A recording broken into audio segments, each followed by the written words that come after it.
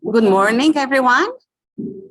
Thank you for being here, even if it's early this morning here and in Cape Town. And good afternoon or good evening if you are joining virtually. Welcome to the session SSF-LEX, the new small-scale fisheries policy and legal database. My name is Ana Suarez, and I work as a consultant for the Equitable Livelihoods team of the Fisheries and Aquaculture Division of FAO, and I will moderate this morning session. It is a real pleasure to be with you, this morning for the launch of the SSF-LEX. For our online participants, please write your questions in the Q&A box, and we will address them at the end of the session. First, we have some words to open the session from Les Langen, who is the Chief of the Development Law Service of FAO. He couldn't join us this morning, but he sent his welcoming remarks, and my colleague Lena Westland will read them. Thank you. Good morning, good afternoon, good evening to all of you joining us virtually or in person for this session, which marks the official launch of the SSF-LEX, the new electronic policy and legal database entirely dedicated to small-scale fisheries.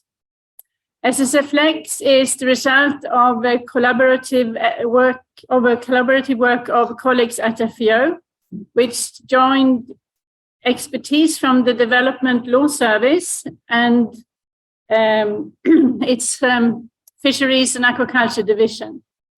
We congratulate the Too Big to Ignore Global Partnership for Small-Scale Fisheries for organizing the 4th World Small-Scale Fisheries Congress, which provided a transdisciplinary forum about the world's small-scale fisheries covering 5 regions in 2022, the International Year of Artisanal Fisheries and Aquaculture, IAFA.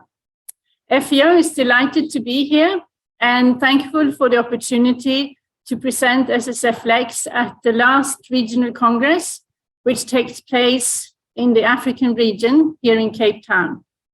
Launching SSF-LEX in the African region, in fact, resonates with the initial ideas for developing SSF-LEX, which stemmed from the policy and legal capacity development work on the SSF guidelines conducted with the African countries back in early 2021. Small-scale fisheries represent about 40% of the total global fisheries catch. Over 490 million people depend at least partially on engagement in small-scale fisheries, and about 45 million women participate in the sector. Small-scale fisheries contribute significantly to sustainable development through nutritious food, income, jobs, culture, and livelihoods of coastal and riverside communities, preservation of local, traditional, customary and/or indigenous knowledge of fishing techniques and practices, and promotion of resilience, collaboration, and solidarity within fishing communities. Since the adoption of the SSF guidelines at the 31st session of the FAO Committee on Fisheries in 2014, FAO has been assisting its member states, especially developing countries, in the implementation of the guidelines, including its operationalization through policy and legal frameworks. Both policy and legislation can have a transformative effect on state and non-state actors' behavior by explicitly referring to small-scale fisheries matters and ensuring, or at minimum fostering, the attention of governments and relevant stakeholders to small-scale fisheries issues.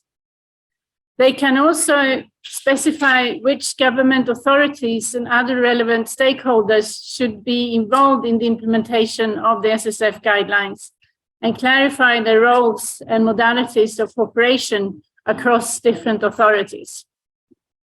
With SSF-LEX, users can enhance the knowledge about the policy and legal frameworks relevant to govern small-scale fisheries, These frameworks include fishery-specific instruments and several other from other legal domains, including human rights law, labor law, environmental law, and climate change law. Knowing these instruments well is the primary step toward ensuring the recognition, protection, and promotion of the rights of small-scale fishers. On behalf of FAO, then on behalf of Blaise, would like to thank all of you for your interest and presence in this session. And I encourage all to use and promote SSF-LEX so that this database can reach out to as many users as possible and help to empower small-scale fisheries around the world. Thank you.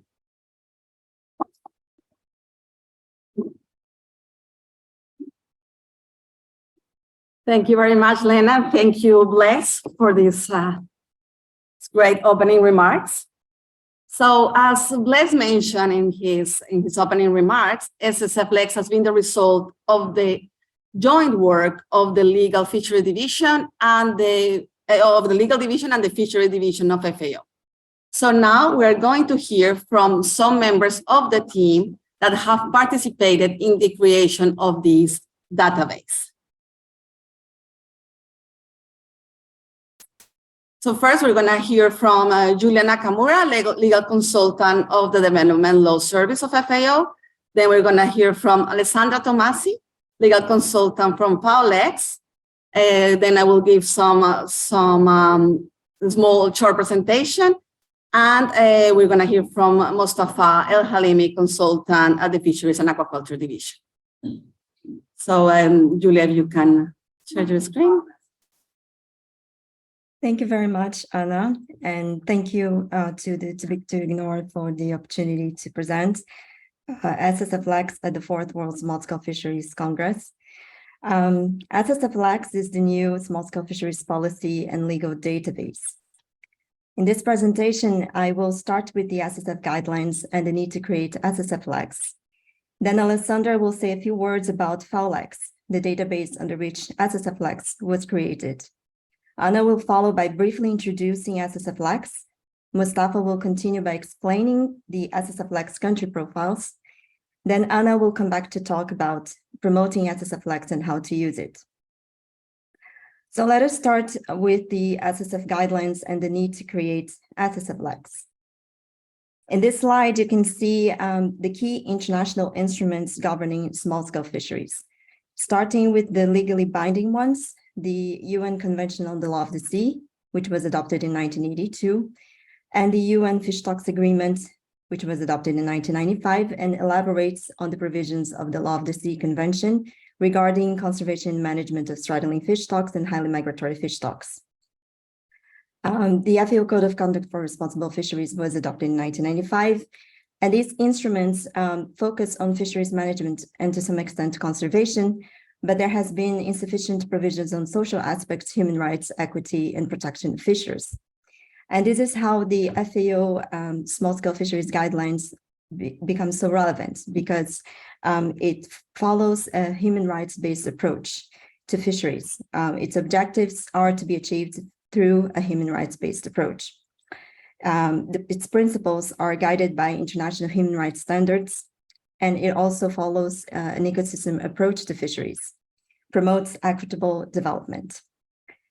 And this has really brought the social aspect and human rights, equity, and protection of fishers into much more attention to those aspects. Another important instrument is the UN Declaration on the Rights of Peasants and Other People Working in Rural Areas, which was adopted in 2018, and explicitly applies to small-scale fishers in the rural context and affirms the human rights of small-scale fishers.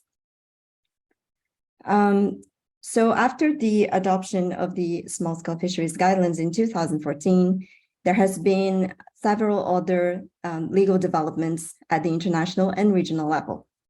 So this slide contains some examples of these instruments that were adopted and which strengthens and complements the SSF guidelines and the overall framework governing small-scale fisheries.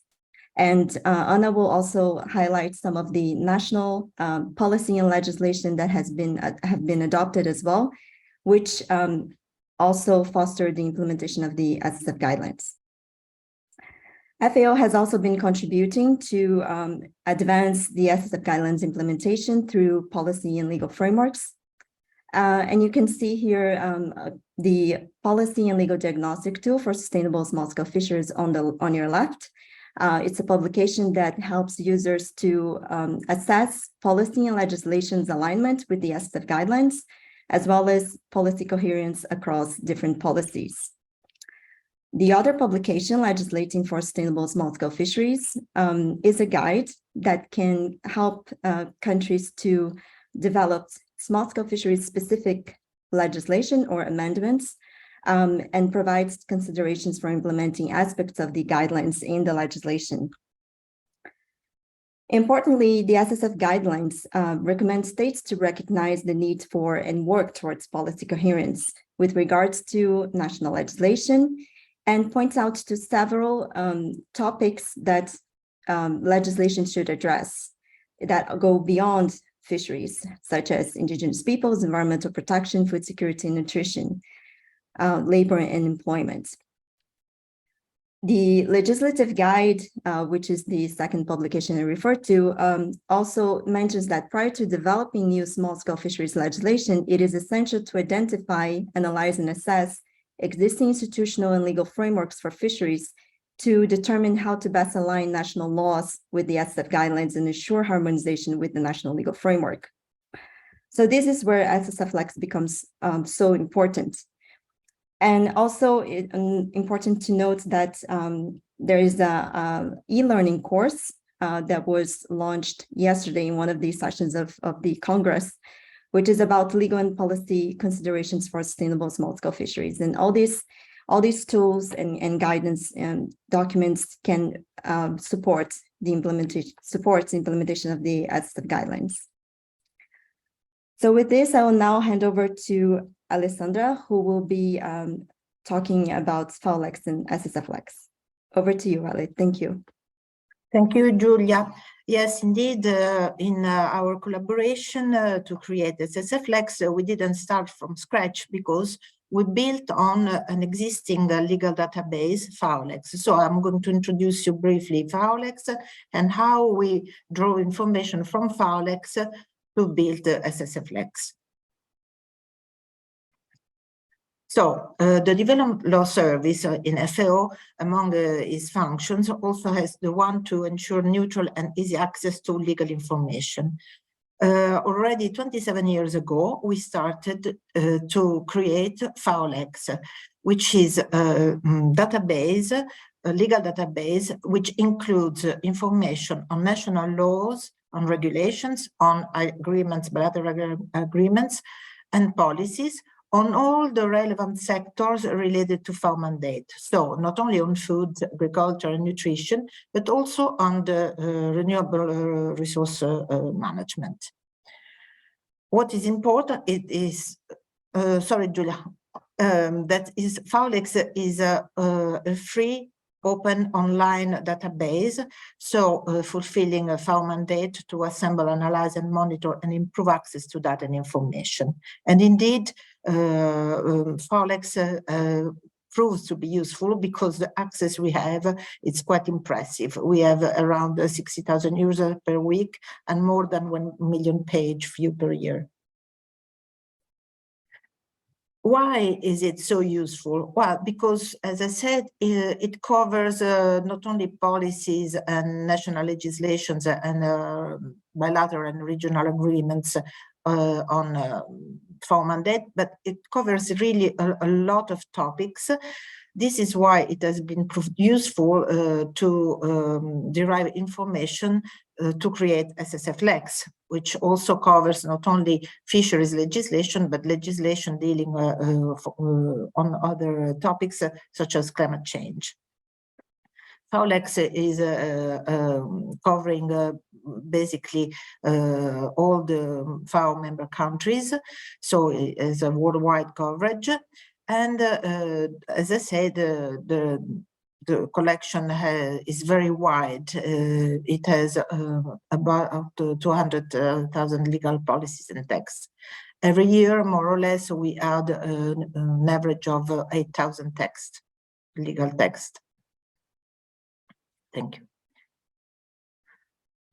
Now I'm going to explain briefly how we populate FAOLEX. So first of all, how do we collect information? Information used to be sent initially by member countries, but now with the online access to legal information, we go to official portals or we subscribe to official gazettes online.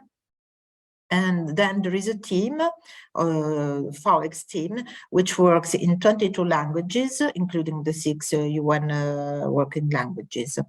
So this team, of course, study, analyze the legal document and makes an abstract of the document and insert it into FAOLEX, but not only there is an abstract, but the data are structured, meaning that they are tagged so that they can be easily retrieved by using FAOLEX. Thank you. But what FAOLEX offers, in fact, is a sort of raw data, because apart from the abstract, there is no legal analysis provided, and the access is, as I said, worldwide. So you have then to filter down the country you are interested to and the themes you're interested to. So the Development Law Service started creating what we call the thematic collections, which are subset FAOLEX databases, but focusing on specific relevant topics. As you can see in blue, I highlighted those existing databases that are related to the topics important for SSF. For instance, there is FishLEX, GenderLEX, the right to food around the globe, and of course now SSF-LEX, which is really focusing on SSF. These subset thematic collections focus exactly on a topic and are mostly built on country profiles. And SSF-LEX follows this approach.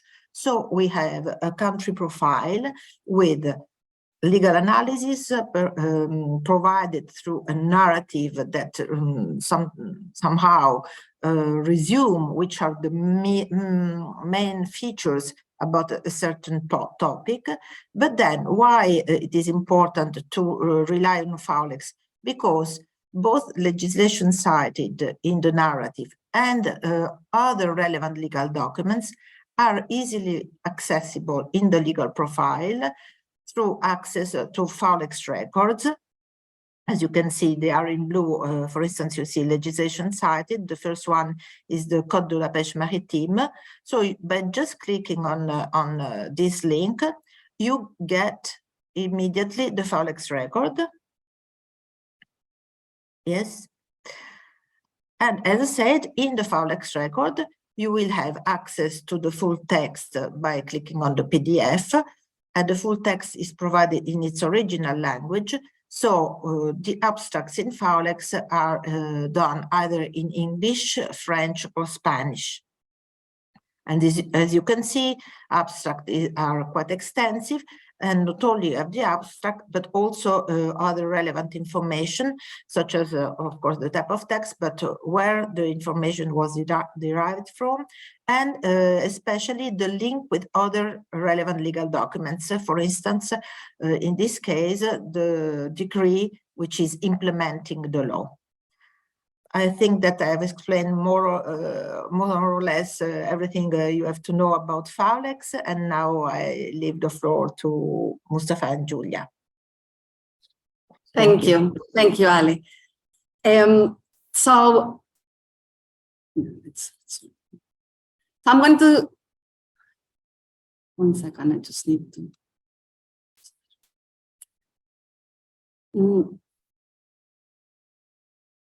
So I'm going to now explain what SSF-LEX is and how you can use it.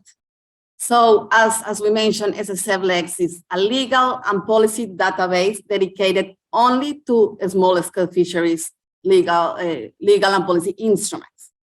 It's a very user-friendly, it's free access platform, and the idea is to promote a better understanding on the provisions under a country's legal and policy framework that are relevant to small-scale fisheries. On your tables, you have this flyer. I put it in all the tables where you have a QR code to access the website, and also at the back you have here the address if the QR code doesn't look, because we haven't tested on phones, but there's the QR code and the website there. So SSF-LEX, as Ale mentioned, it contains country profiles with information relevant to their socioeconomic data, the international and regional commitments that the country is part of, the constitutional provisions, institutional arrangements, the definition of small-scale fisheries and related terms in the country, and an analysis of the most relevant provisions in national legislation and policies following the thematic areas of the small-scale fisheries guidelines. And as I'll explain, at the end of each section, you have this list of relevant legislation that this list is automatically updated from FAOLEX. So why did we decide to create SSF-LEX? Access to national policies and legislation relevant to the small-scale fisheries sector is limited, and it's not easy to find these instruments. And particularly for users that doesn't have a legal background. So we wanted to give users in one document a very simple explanation of what is the legal context in your countries related to small-scale fisheries. So after various workshops we did in this region mentioned by Blaise on his opening remarks, we found that it was important for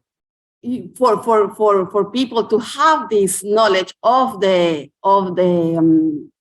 legal and policy framework. Also because we have, as you'll explain, this diagnostic tool, and this diagnostic tool is a tool of FAO that helps you to assess national and policy frameworks. But to do this assessment, it was very useful to have the knowledge of the country legal and policy framework in one document, as I say. This will assist to relevant stakeholders to understand their rights and obligations, and also clarify the state practice for certain aspects of small-scale fisheries governance, and understand how national and legal policies are aligned with the small-scale fisheries guidelines. We hope that, for example, countries can look at another country and see how they have legislated for certain aspects, and then they can do the same or do something similar. So what are the objectives of SSF-LEX? So as we say, like raise awareness among a wide audience of internet users, so everyone, about the small-scale fisheries. Facilitate access to legal and policy frameworks governing small-scale fisheries, support the implementation of the small-scale fisheries guidelines, encourage countries to strengthen and enforce their legal frameworks relevant to small-scale fisheries, support the FAO mandate of collecting, analyzing, and disseminating information useful for sustainable development of fisheries, and also support FAO role as custodian agency for sustainable development goals indicator for TMB1, which is progress by countries in the degree of application of a legal, regulatory, policy, or institutional framework which recognizes and protects access rights for small-scale fisheries by facilitating and monitoring reporting on SDG 14B. And reporting on SDG 14B goes hand in hand with a questionnaire that member countries have to submit every 2 years to FAO on the Code of Conduct for Responsible Fisheries. And in this questionnaire, there are specific questions of what countries are doing in the legal and policy framework to incorporate the small-scale fisheries guidelines, and what are the legislation they have to support sustainable small-scale fisheries. So we hope that these country profiles will also assist countries in answering these questions, so achieving SDGs. But developing SSF-LEX hasn't been easy. We have lots of challenges, and this is why we also want your collaboration. So one is the lack of data. We have, as Ali mentioned, FAOLEX, which is great and has lots of resources, but not everything is in FAOLEX. And you know that for some African countries, it's very difficult to find, for example, policies. So they are not published, so you have to go to the offices and find these policies. So this is why we need collaboration of people and people to have ownership of these database, so we can keep these database updated and it's useful for all of you. The other issue is to automatically update these profiles. So these profiles will be automatically updated following some searches using keywords. But while we have this issue, if the things are not in FAOLEX, then how we can keep automatically updated. So this is also why we need all of you. We also have the language barriers. We are drafting these profiles, but we are a small team, so we don't speak every language. And the profiles are now in English, and the idea will be that they will be at least in English and in the national language, so people can access and this information will be relevant for them. And yeah. This is the same, they're getting new enacted legislation and policies. And as I say, SSF-LEX has been a joint effort, not only from FAO, but we have worked with others to achieve this database. So we have worked with the GFCM, which is the General Fisheries Commission for the Mediterranean. And so we have lots of, some of the countries for the GFCM, they're also working on a database called GFCM-LEX, and we are collaborating in drafting country profiles for the GFCM countries.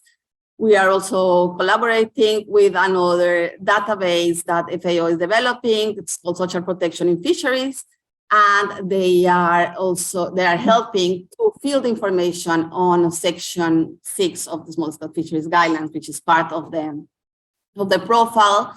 We are collaborating with the Coastal Fisheries Initiative. We have here the NAVA today representing with the One Ocean Hub. They're very kind, like reviewing profiles for relevant countries. We have here Jackie also representing the One Ocean Hub, and also with FAO regional offices that they have been communicating with the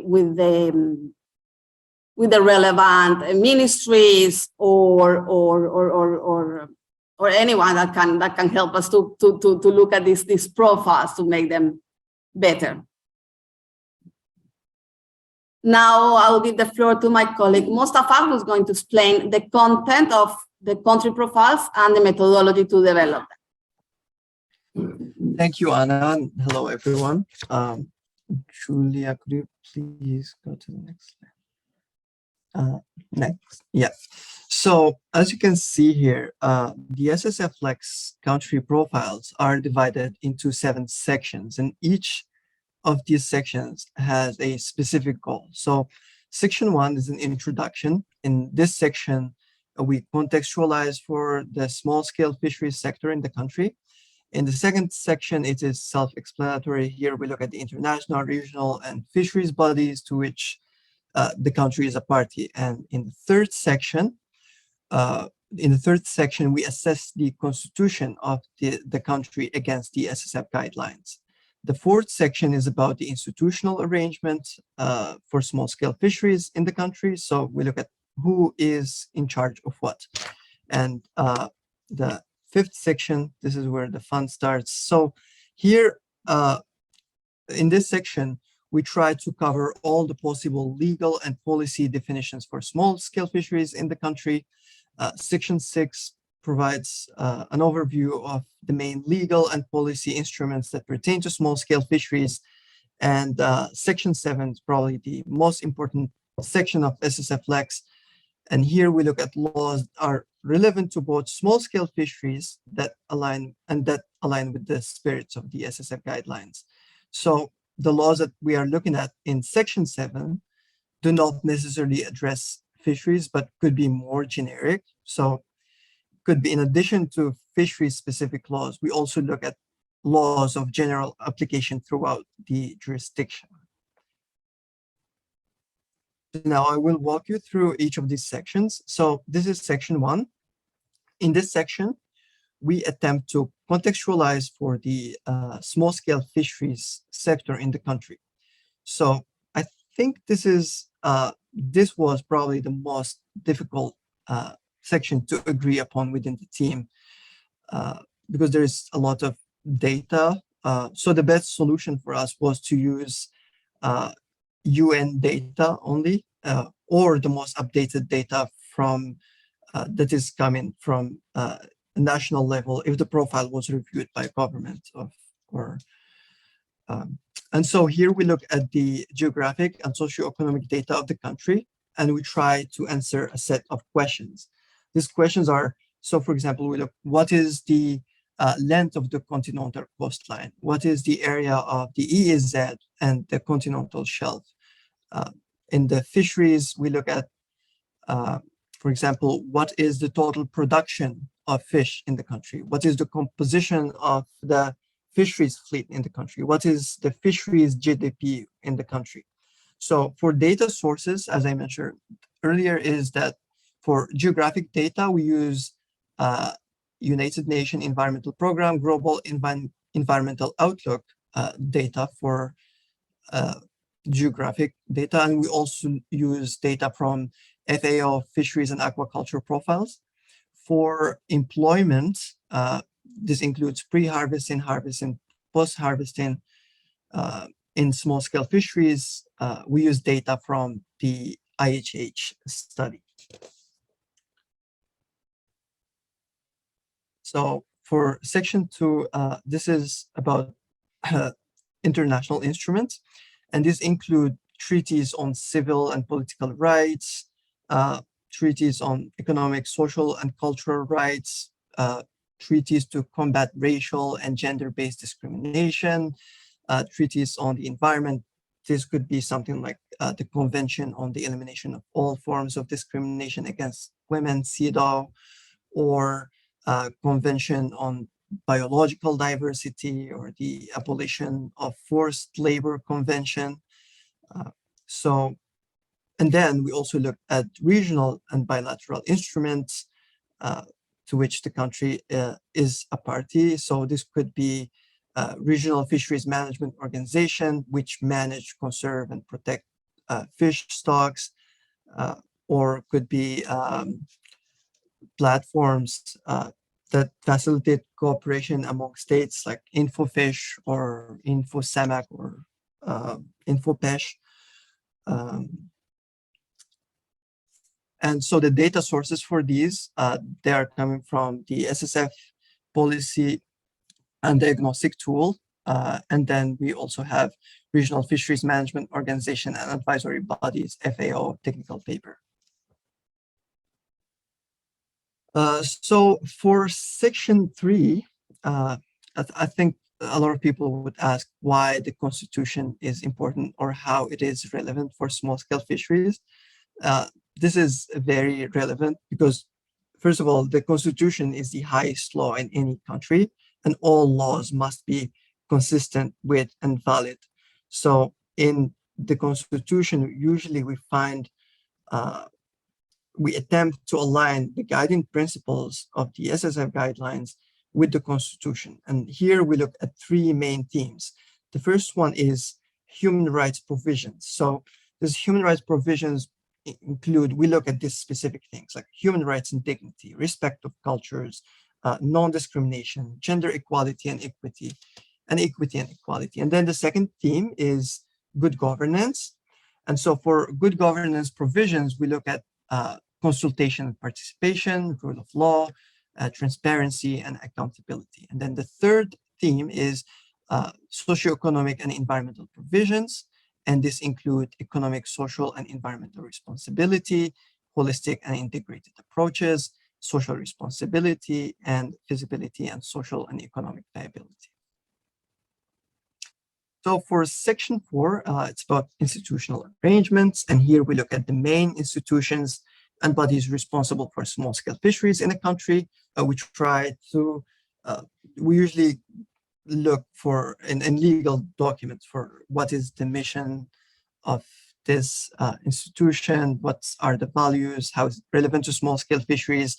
This includes government bodies, probably even fisheries unions, fisheries councils, or any relevant authority that participates in the governance of small-scale fisheries. Section 5, I think this is a very important one. Initially, we didn't have a specific section for small-scale fisheries, but I think it's a brilliant idea that the team decided to go with this, especially with the compare feature that we have in SSF-LEX. And I think Anna will speak to that later on, where you can compare the definition of small-scale fisheries in multiple countries. So here, we define small-scale fisheries based on the laws, regulations, and policies. So from what we've observed is that laws usually define small-scale fisheries broadly, using terms such as coastal, artisanal, or small-scale. Regulations usually provide operational and technical requirements for small-scale fisheries, and policies generally, not all the time, but generally define small-scale fisheries in a socioeconomic context. So there are two types of definitions that we've encountered. There is an explicit definition. So you go to a legal or a policy document and you would see a definition for terms such as small scale or artisanal or subsistence or local fisheries, or even you find a definition of a small scale vessel, artisanal fishing, or artisanal fisher.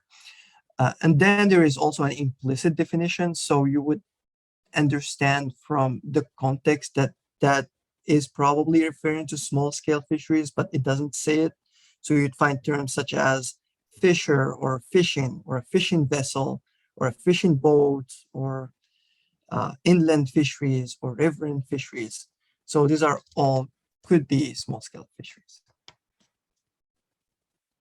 And then we have section 6. So here we look at the main fisheries legal and policy instruments in the country. And so we only look at the main ones. The rest are detailed in section 7. Usually laws state the broad principles or rules that govern the fisheries sector, and then regulations, which are, we only look at the national level. So regulations created at national level usually provide details that operationalize and allow for the implementation of the fisheries law. And then we look at policies. So national policies usually are statements containing principles and a broad course of action adopted by a government in pursuit of a specific objective. And so in section 7, so there are things to keep in mind here in section 7. Usually when drafting this is very tricky. We try to locate the most up-to-date version of a law with all its changes and amendments. There are, or there may be several laws that are applicable to a specific issue. And it really depends on the country. So maybe one thing require a multiple and a combination of laws. The other thing is that laws are continually revised, and that's why we do have a very nice feature in SSF-LEX, which is all the laws that are in SSF-LEX are automatically updated. Say, in a couple of years, some country will come up with a new fisheries law. You will see that in SSF-LEX. That's to ensure sustainability. Anyways, for here we are looking at the thematic chapters of the SSF guidelines. The first one is governance of tenure and related rights. So this is a complex topic. So if we look at the FAO view on tenure, it is a set of rules that define how rights to land and other natural resources are assigned within societies, as well as the right to use, control, and transfer these resources. Essentially, then tenure systems determine who can use what resources for how long and under what conditions. And so here we look at exclusive fishing areas, priority access for small-scale fishers, recognition of indigenous or customary rights, and then preferential access for SSF. For sustainable resource management and conservation and small-scale fisheries, we look at laws that pertain to participatory management in small-scale fisheries, with a representation of small-scale fisheries in decision-making. It is present at various levels of government. We look at registration requirement for small-scale fisheries. So for social development, employment decent work for small-scale fisheries, we are looking at labor rights, social security, access to healthcare. So usually you wouldn't find, or in general, from what we have seen so far, that you wouldn't find a specific law that gives access to healthcare for small-scale fishers, but you would find a more generic law, for example, a universal Medicare for everyone. We would assume that applies to small-scale fishers. Same thing for value chain, post-harvest and trade. We look at quality requirements for fishery products, certification of fishery products from small-scale fisheries, including sanitary and safety standards for domestic versus export markets. And then we do have gender equality. Here we look at legal protection of women, small-scale fisheries. Usually you wouldn't find, you probably find something like this in a fisheries policy, but if you want to look at the law, usually it is a law for gender equality or family law or something close to that. And finally, we have disaster risk and climate change. We look at provisions that ensure the protection of small-scale fishers from disaster risks and climate change. Usually, you would find something like this in the general fisheries law, sometimes in the fisheries policy, and also in even climate change laws and policies. And that's it for my part of the presentation.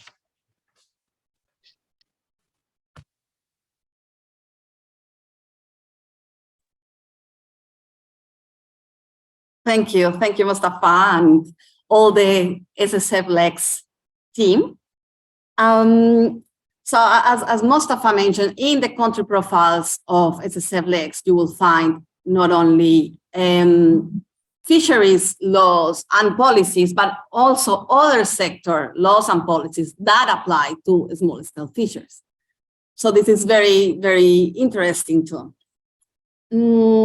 Now, we wanted to do a demonstration of how the website works, but as we have some technical issues here, we just recorded a video to see how this plays.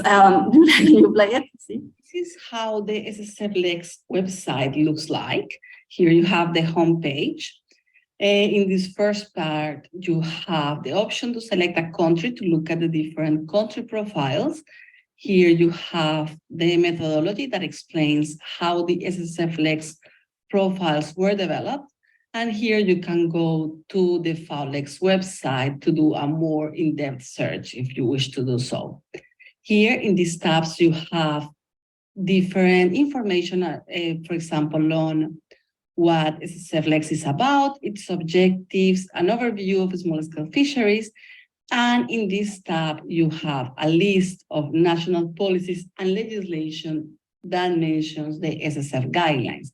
We have at the moment here 18 countries that we found they have policies or a legal instrument that mentions the SSF guidelines. Here you have the link to the instrument and a small line that explains what this instrument provides for in relation to the guidelines. Here you have a small explanation of the small-scale fisheries guidelines with a link to the guidelines. And in this section, you have the different guidance that FAO has, the different legal guidance that FAO has developed to advance the implementation of the small-scale fisheries guidelines. So you have here the policy and legal diagnostic tool, the legislative guide, you have the links, and here you have the link to the new developed e-learning that just we launched also in this Congress. At the end of the homepage, you have related links, and of course, this is our contact to provide more information or to give us some advice or to signal any errors in the profiles. So, for example, here when you go to the methodology, you have here the structure of the different sections of the profiles and an explanation of what is the content, the sources, and a short disclaimer.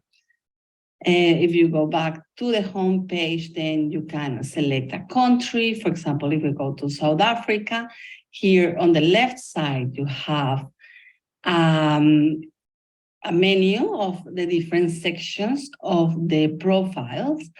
Here we have, for example, the introduction. Here, if you go to, for example, section 6, which is on fisheries legislation and policies relevant to small-scale fisheries, you have in fisheries legislation a brief analysis of the main legislation in the country and what it provides in relation to small-scale fisheries.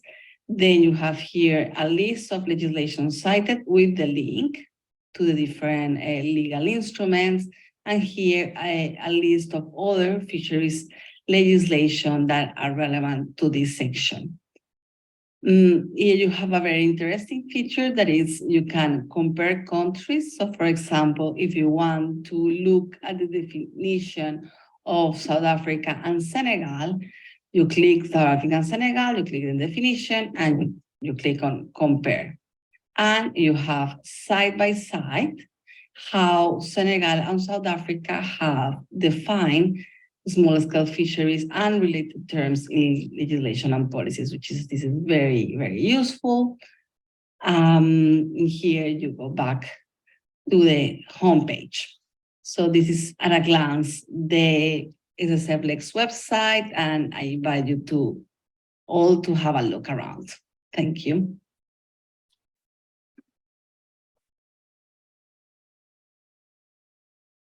Okay, the video work here. That's great. So now we want to hear how these profiles can be useful for different stakeholders. So first we have Jackie Sunday. That doesn't need an introduction, probably, but she's a researcher from the One Ocean Hub, and she's going to present how the SSF-LEX country profiles can be useful for academics, for teachers, and human rights lawyers, and to show the example of South Africa country profile. Good morning, everyone, and special warm welcome to all of our foreign visitors and the FAO staff and other too big to ignore friends and colleagues, and to all of our online participants, a very warm welcome. We know that it's late in the afternoon for some of you, early for others, but wonderful to have you with us. I'm very privileged today to be able to share how we in South Africa are excited about the SSF-LEX and how already we can see the tremendous value that this new tool can add to our work in the small-scale fisheries sector here in South Africa. So I'm going to be talking about how the FAO SSF-LEX country profiles can be useful for fishers, for academics, human rights lawyers, and other activists in this sector, and try and give a South African perspective.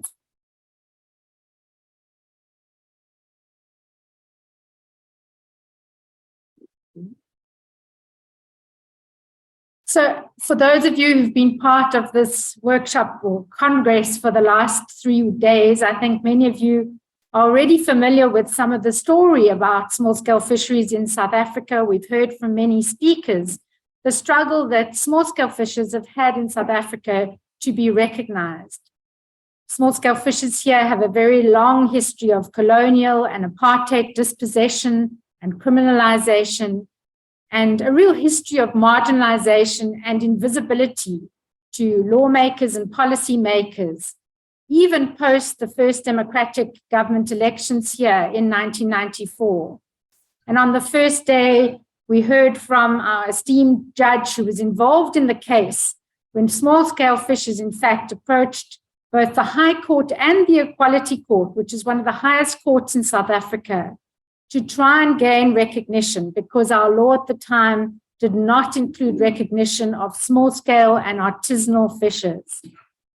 And so with a prolonged process of advocacy, litigation, and ending in a defiance campaign in 2007, fishers finally got a court order from the Equality Court saying that our then Minister of Fisheries needed to go back to the drawing board and through a participatory policy process involving fishers up and down the country, should develop with them a new policy that could lead to legislative reform that would finally recognize small-scale fishers. So in the process from 2007 until 2012, when a new policy for small-scale fishers was gazetted, fishers were involved in extensive discussions up and down the coast. What do we want to see in our new policy?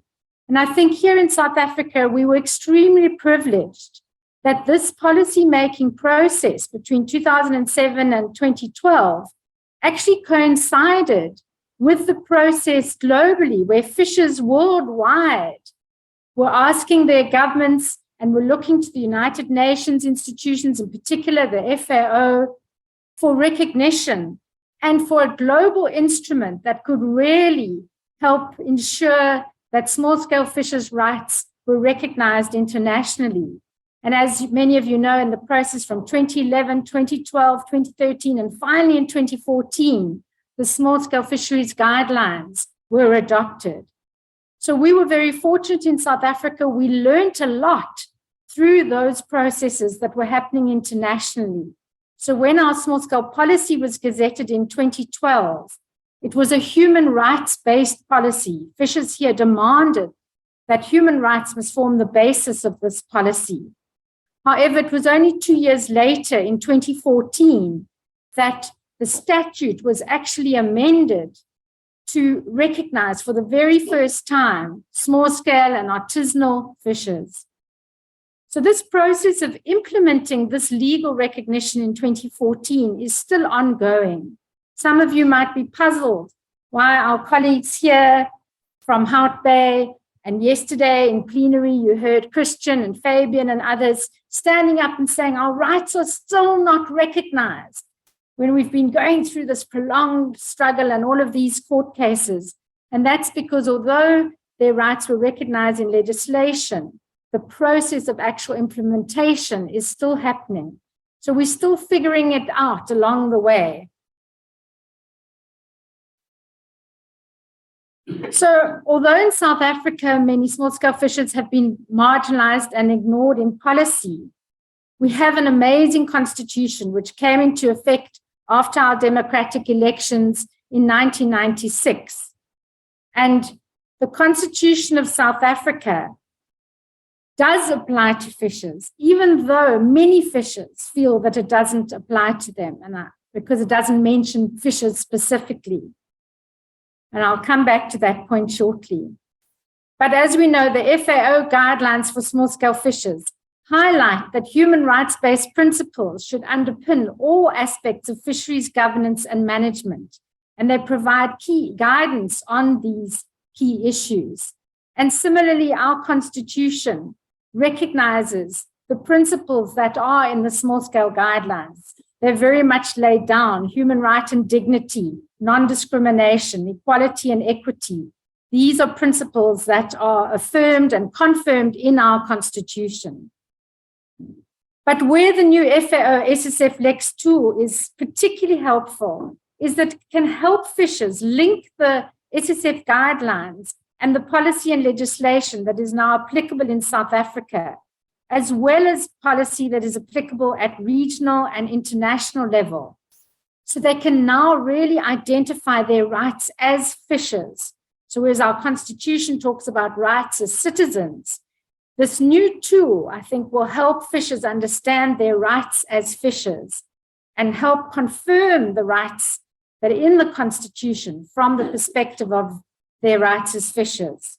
Importantly, our constitution in South Africa also says that our courts must consider international law. And this has become very important for fishers as they've tried to fight for recognition of their rights. So first of all, let's look at this issue of customary rights and customary tenure. This has been extremely useful to us, being able to rely on FAOLEX initially and discussions with FAO colleagues in order to fight for the right for customary tenure in South Africa. But fortunately, now that we have this new tool, those of you who are still involved in struggles around tenure in your countries will be able to refer specifically to the SSF-LEX. So this tool identifies the international instruments of relevance to small-scale fishers. Some of these South Africa has even ratified. So this provides the international framework. We also have national principles in our constitution in line with the principles of the SSF guidelines. So the SSF-LEX, for example, identifies the fact that our constitution in South Africa is particularly strong in this recognition of customary law and hence customary fishing rights arising from that law. It recognizes that our constitution recognizes rights that come from statute, so from government laws, but also from common law and from customary law. And our constitution says that customary law in South Africa should be recognized as an independent source of law. So it's really valorizing the importance of customary law. So this is very helpful for fishers in South Africa. They'll be able to look at the SSF-LEX and see that that strong recognition of customary law in the constitution is reflected in both the SSF guidelines, but also in our amendments to the statute in 2014 and in our policy of 2012. This principle of the recognition of rights arising from customary systems of tenure is confirmed. It also recognizes the right to culture, which is also confirmed in our constitution. Now, we know that in practice, often it's hard for fishers to make these linkages. And here in South Africa, there's been a prolonged struggle for even our fisheries department to understand what it means to have in your legislation that recognition of customary law. So although the Constitution confirmed it, and fishers fought for it to be included in the amendments to the statute and in our policy, our government fisheries department still didn't actually comply with and implement that law. 3 fishers from a very rural area on the other side of the country in the Eastern Cape, who'd been dispossessed of their land adjacent to a marine protected area, were arrested for fishing in that area in 2011. And with the support of civil society and NGOs such as the Legal Resource Center, they argued in their defense that in fact they'd been fishing according to their customary law. And this court case went all the way up to the Supreme Court. And in 2018, we were very fortunate that our Supreme Court in South Africa confirmed in this Gongosi case that these fishers indeed had customary fishing rights. And the judgment referred to the important international instruments that are identified in the FAO SSF-LEX. So we hope that this too will be of use to other fishers in other countries who might be able to use this court case and some of the instruments that are identified in the SSF-LEX to protect and defend their own customary rights. Gender equity is another critical issue here in South Africa for small-scale fishers, as many of our colleagues are aware. The SSF-LEX, fortunately, identifies again these international instruments that South Africa has signed onto. And here in South Africa, we've been able to draw our Fisheries Department's attention to these international instruments to again emphasize and amplify the seriousness of the issue of gender equity in small-scale fisheries. What's happened in South Africa is in 2012, thanks to the work that FAO was doing in preparing for the small-scale guidelines, fishers in South Africa and their supporters realized the importance of making sure that a definition of small-scale fisheries that is developed for policy purposes and then for to be put into your legislation needs to include the invisible work that women often do. So it can't just be about fishing, which, as we know, often the image that comes up is a male fisher, a fisherman going to sea often. It needs to encapsulate all the work that is done along the value chain so that when someone sees that definition, they'll immediately recognize the woman harvester or the woman trader who's doing that important post-harvest work. In South Africa, our Marine Living Resources Act was amended to include ancillary activities, harvesting, processing, or marketing of fish. That's clearly describing the activities that women do along the value chain. Yet despite this, many women have been excluded from the process of rights allocation in South Africa. And what we realize that it's going to be critical is to learn how other countries have defined small-scale fisheries in a way which might make this recognition of all activities that are involved in the SSF value chain more explicit. So we will be able to use the FAO SSF-LEX to compare how other countries have defined small-scale fisheries and potentially use this to lobby our government to include more explicit ways of ensuring that all the invisible work in the sector going forward is recognized. I want to quickly, if I have time, give two examples from this conference that I think are particularly illustrative of this issue. You heard yesterday a lot of talk about the blue economy. Now in South Africa, our policy for the blue economy is called the Ocean Economy, and it's Operation Phakisa. And our government department is busy developing an Operation Phakisa Ocean Economy master plan, a master plan. And of course, small-scale fishers have looked at this and are wondering, where do we fit in? Because until last year, fisheries was excluded from the ocean economy planning process. Last year, fisheries was included, but small-scale fishers are wondering, where do we fit in? And in looking at the text just in the last week, the text for our ocean economy master plan, as I sit here today, says that while small-scale fishers are included, artisanal and subsistence fishers have been excluded from the Marine Living Resources Act. So government will embark on a policy process going forward to amend the legislation to include artisanal and subsistence fishers. Now that's gobbledygook to a fisher who has been involved in the struggle for small-scale fisheries, thinks that the definition in the policy encompasses all fishes, including subsistence and artisanal, because it actually says if you fish for food, you're included in this umbrella definition of small scale. And sadly, what this highlights is that lack of cooperative governance between different government departments. So although the ocean economy is housed within our Department of Fisheries, Forestry and Environment, within that, there are still silos working on policies, writing policies, not knowing what's happening in the very government department with whom they're supposed to be cooperating to ensure that fishes are included.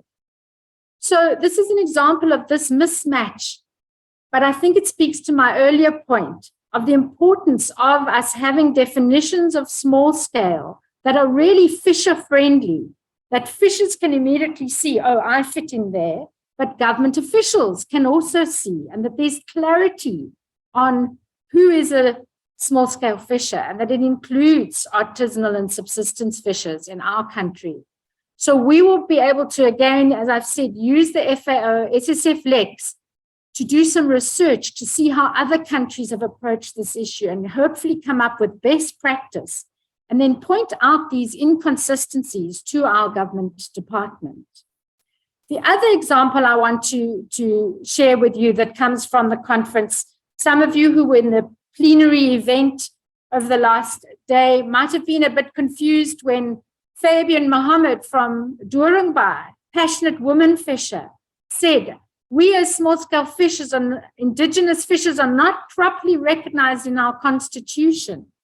So whilst our constitution uses the term customary law, and through, as I said, the Gongosi case and other cases, we've developed the human rights understanding in South Africa of what recognition of customary law means. And the Gongosi case showed it includes customary fishing rights. We haven't yet had cases in South Africa that have looked at the United Nations Declaration on the Rights of Indigenous People and have helped fishers in South Africa understand the linkages between recognition of that international instrument and what that means in law then in South Africa for the protection of their human rights as indigenous fishers. So this is work that we will be doing going forward. And again, the enormous opportunity that the SSF-LEX provides for us to start working with these different terms that are used in law, and then hopefully to really locate it and ground it, bring it right down to Durungbai on the West Coast so that indigenous fishers in that community know that their rights really are protected, not just at international level, but in practice. So just to end off, I think you can hear that there's tremendous opportunity for this tool for us here in South Africa. Whilst we know we've got a great constitution, actually bringing that down to the shoreline, making it real for small-scale fishers is so critical. And this tool is going to help us do that.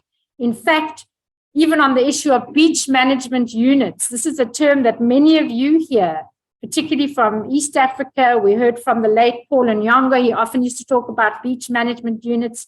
From our colleague, Friday and Jaya, Sven and others have done work on beach management units.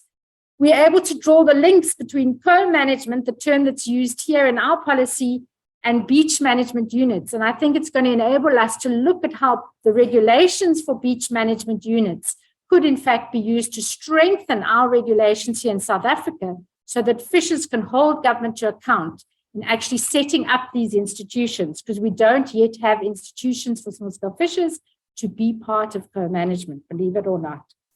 So whilst FAO guidelines have provided this enabling environment, we see the erosion of small-scale fishing rights in many countries in Africa. We've heard stories over the past few days. We in South Africa see this.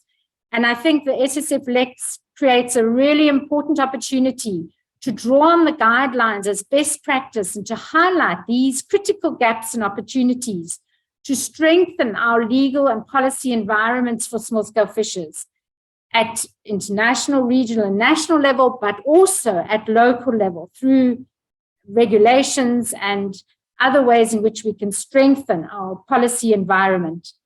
So we see it as an iterative process of deepening understanding of the policy and legislative needs of small-scale fishers, and to see how best we can accommodate these needs in South Africa in order to protect and defend fishers' lives and livelihoods, which is a very much an ongoing process here. So I'd really like to thank the FAO SSF-LEX team, to Anna and Julia and the entire FAO SSF-LEX team, because I think you've put a tremendous tool in the hands of small-scale fishers. Thank you very much.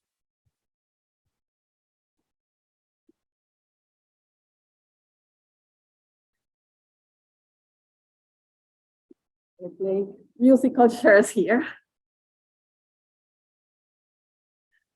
Thank you, Jackie, for this amazing presentation. Actually, this makes me really, really excited about SSF-LEX, how it can be used, how fishers can use it not to only know their rights, but not like also claim their rights, and also for the government itself, no, to communicate better, to how to know this legal and policy framework. So I think this was a great presentation, and thank you for the examples to Jackie. Now I want to give the floor to Dienaba Beye. She's an international consultant for the Coastal Fisheries Initiative, and she's going to explain how SSF-LEX country profiles can be useful for programs and projects of international organizations and for governments. Okay, great. Thank you, Anna. Thank you, Anna. Okay, thank you very much. Thank you, Anna. First of all, thanks to the FAOLEX team, and also thanks to the organizers of the World Small Scale Fisheries Congress that allow me to SAFI, the Coastal Fisheries Initiative project, to participate in this meeting. My name is Dienaba Beye. I am from Senegal. I am an international legal consultant of FAO. I'm going to present how the SSF-LEX country profile could be useful for governments, in particular for Senegal.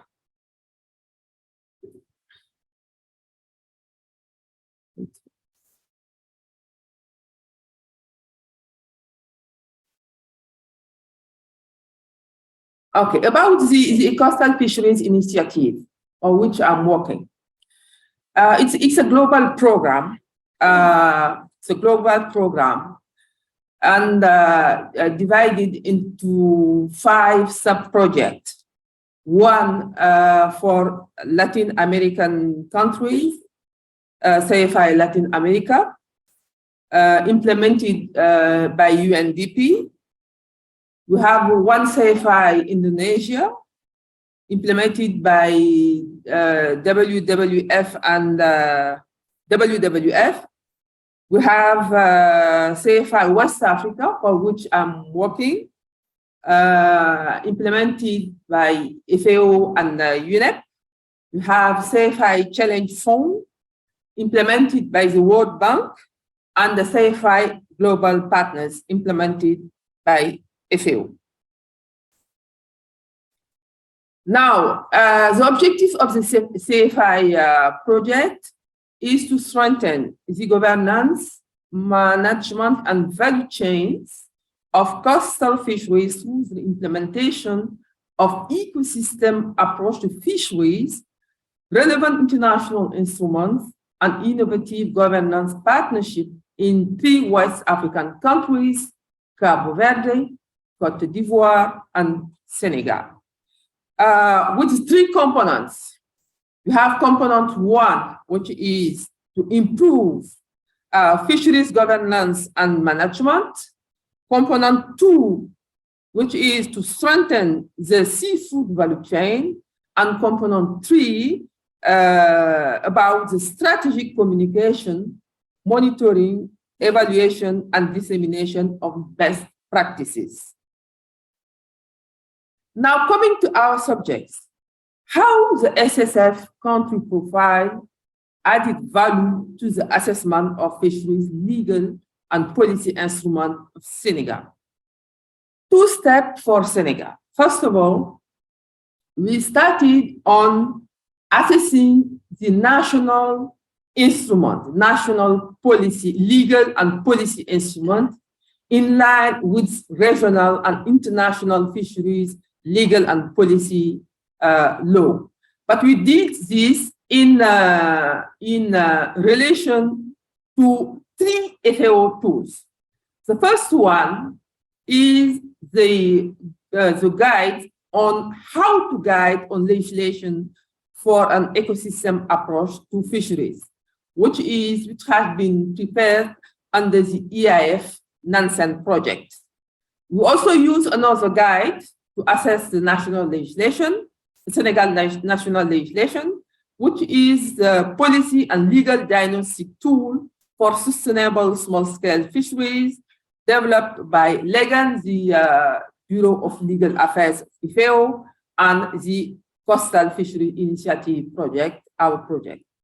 The third tools we use to assess the Senegal instrument is the legislation for sustainable small-scale fisheries, which is a guide and considerations in implementing aspects of the voluntary guidelines for SSF in the context of food security and poverty eradication in national legislation. This guideline has been developed by FAO. And in the second time, we use the SSF-LEX country profile in Senegal. Now, in step 1, we start assessing the national legislation. How we did that work? We made some research and collected documentation from FAOLEX, and other sources. From FAOLEX, I can say now that we had some difficulties, faced some difficulties, because FAOLEX needs to be updated regularly. So, and you know, the fisheries sector is a very dynamic sector. Everything are going very, very fast. So we need to update regularly FAOLEX. Other sources are administration, we went to administration, fisheries community, academics, and to collect information, legal and policy information to facilitate the assessment of the legal and policy instrument. In the second phase, we select national, regional, and international legal instruments on fisheries policies or relevant to fisheries policies. As Anna said, it's not only instrument on fisheries, but other legal instrument relevant to fisheries like marine environment, water, or marine transport. And in the third phase, we conduct the assessment of the national, regional, and international fisheries legal and policy instrument relevant to the implementation by Senegal of the SSF. And we use 4 teams. We use the EIF, the voluntary guideline, the gender issues, and the food and food safety and fisheries resources. For these 4 teams, we use, as I said, the FAO guidelines. But for the gender and food safety, by now, there is no guidelines on how to assess legal and policy instruments. So at the CFI level, at the Coastal and Fisheries Initiative level, project level, we develop our own guide to do this assessment. And after we fill in and complete the policy and legal checklist on SSF in Senegal. There are 9 topics under the policy and legal checklist on SSF.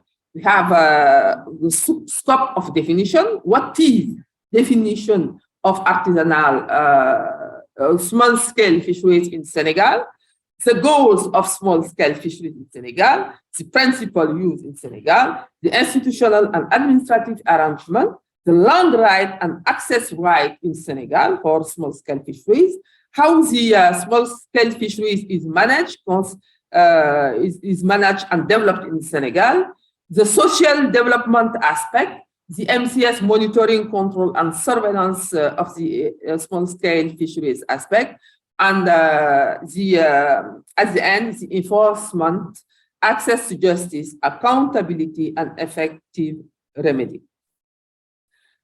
After that, we draft the main result, made some recommendations to the government of Senegal, and on how to review and the need to review the national act and regulations. And we send all our report to the government and also to the legal office of FAO legal office. And we also send it to FAOLEX all the legal and policy instruments we collected during the assessment phase.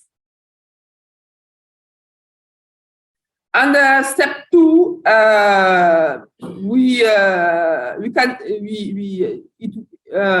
for step 2, we started using the SSF-LEX country profile.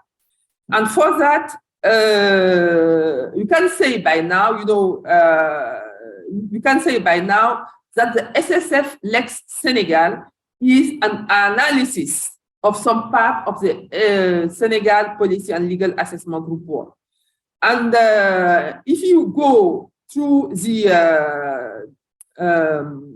SSF-LEX country profile, we will see different topics that has been filled in, that we fill in. We have different topics such as an overview of the SSF subsector in Senegal, the international legal instrument relevant to SSF in Senegal, the constitutional provision relevant to SSF, the national institutions, and the list of fisheries legislation and policies, the governance of tenure in SSF, in particular, the list of relevant policies and legislation, and the resource management and protection. It's also the list of relevant policy and legislation in Senegal, the value chain information on SSF, the social development, employment, and decent work. Here also it is a list of relevant policy and legislation, the gender issue, and the climate change and disaster risk legislation. And after using the SSF country profile for Senegal, we can say that this topic has been legally analyzed in Senegal, in the SSF Senegal country profile, and legally assessed in the SSF CFI legal and assessment report. So you can say that there is a complementarity between the assessment of the legal and policy instrument in Senegal and the SSF country profile in Senegal. Now, how SSF-LEX facilitates the quick development, elaboration of national program and project.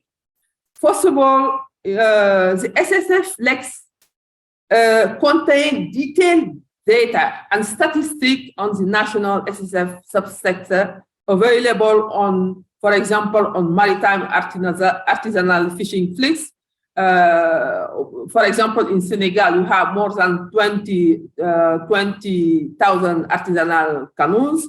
You have 161 industrial fishing vessels. The SSF country profile for Senegal also provide information on the contribution of SSF to the national socio-economy, provide information on the context of SSF activities in Senegal, and this could facilitate the preparation of the fisheries legal and policy instrument. For example, if a country needs to review, need to amend, need to draft a new legislation, having this SSF-LEX country profile could provide information on how to do it and how to do it very quickly. Now, what I could say as a recommendation to national government is to assess, first of all, there's the level of implementation of the legislation using the FAO guidelines, because this is what we did in Senegal. We use FAO guidelines. This is six guidelines we use in Senegal to first of all to assess the fisheries legal and policy instrument, and in the second phase to use the SSF-LEX Senegal country profile. So there is a complementarity between doing these two exercises and to know exactly what's going on in the country. Thank you so much. I think that Commissioner, I'm not taking time. Thank you. No, not your fault. Thank you. Thank you, Dianava. It was very informative, and it is great to know how in SSF-LEX you don't have an assessment of the legislation, but you have the picture of what is there, what is the legal framework, legal and policy framework. And then with this country profile, you can use the diagnostic tool of FAO to conduct this assessment and say, okay, the SSF guidelines are sufficiently represented in the legal framework, or they are not sufficiently addressed, or what are the gaps, what are the strengths? We need to have a new legislation, or we need to just have, maybe it is, maybe we don't, maybe you have different elements in different policies and in different legislation. So you need is maybe to do an amendment of the legislation, not a completely new legislation, which is a lot more difficult to do. So I think this will be very useful for that. So thank you, Dianava. We have a few minutes to open for questions. Thank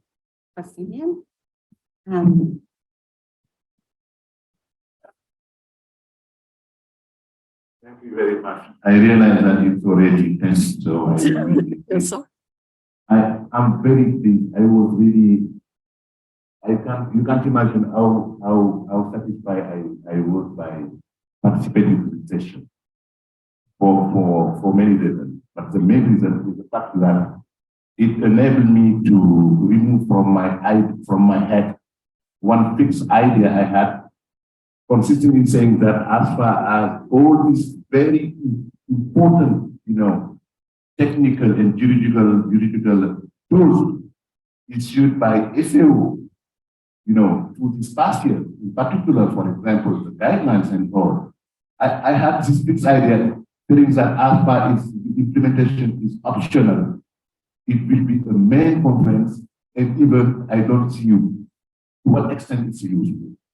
But based on the experience from South Africa, then I understand that it will depend on two conditions to fulfill. One is the dissemination of this important tool at large scale, but this requires another approach, not the one undertaken today, leaning only on national organization on the it has to be community-based, approach. One. The second one is really that will come after the social mobilization. It's very important. It's very important. So the optional character is not a problem in the refinement. It's not a problem. In each country, implementation and the gains that fisheries may have from this work, done by FAO will depend on these two.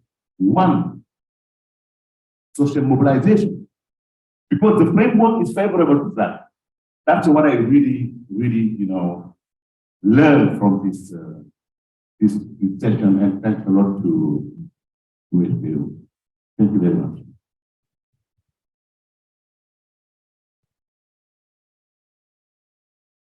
Oh, okay. Can we have another one? Like, just a quick. Okay.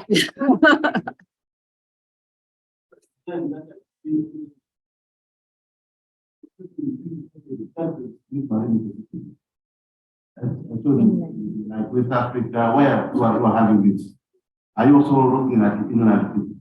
Yes. That's the question I have. Yeah, it includes inland and marine fisheries. And at the moment we have online 5 countries. There is one other that will be uploaded maybe today. But we have others on the pipeline and they will be uploaded as we go. Just to thank you so much. Thank you for the questions and the contributions. I think we run out of time. But just to conclude, I just want to say that for SSF-LEX to work, this needs to be a collaborative approach. If we do it on our own from FAO, in few years, it probably will be outdated. We will need resources to keep it up. So this will need to, we need people to have ownership of SSF-LEX to show how it's useful. So please share widely. And we have a form in the SSF-LEX, so people can, like a Wikipedia page, like you can upload information, you can send us new laws, new policies, or amend something of the analysis we have. And we will upload this on regular basis, but this really needs all of you. So thank you very much. Thank you, Jackie and Dienava. Thank you all for your attention. Thank you for on the online platform. Thank you to the SSF-LEX team. This has been a great work, and I know we have put lots of effort. So thank you very much. Bye.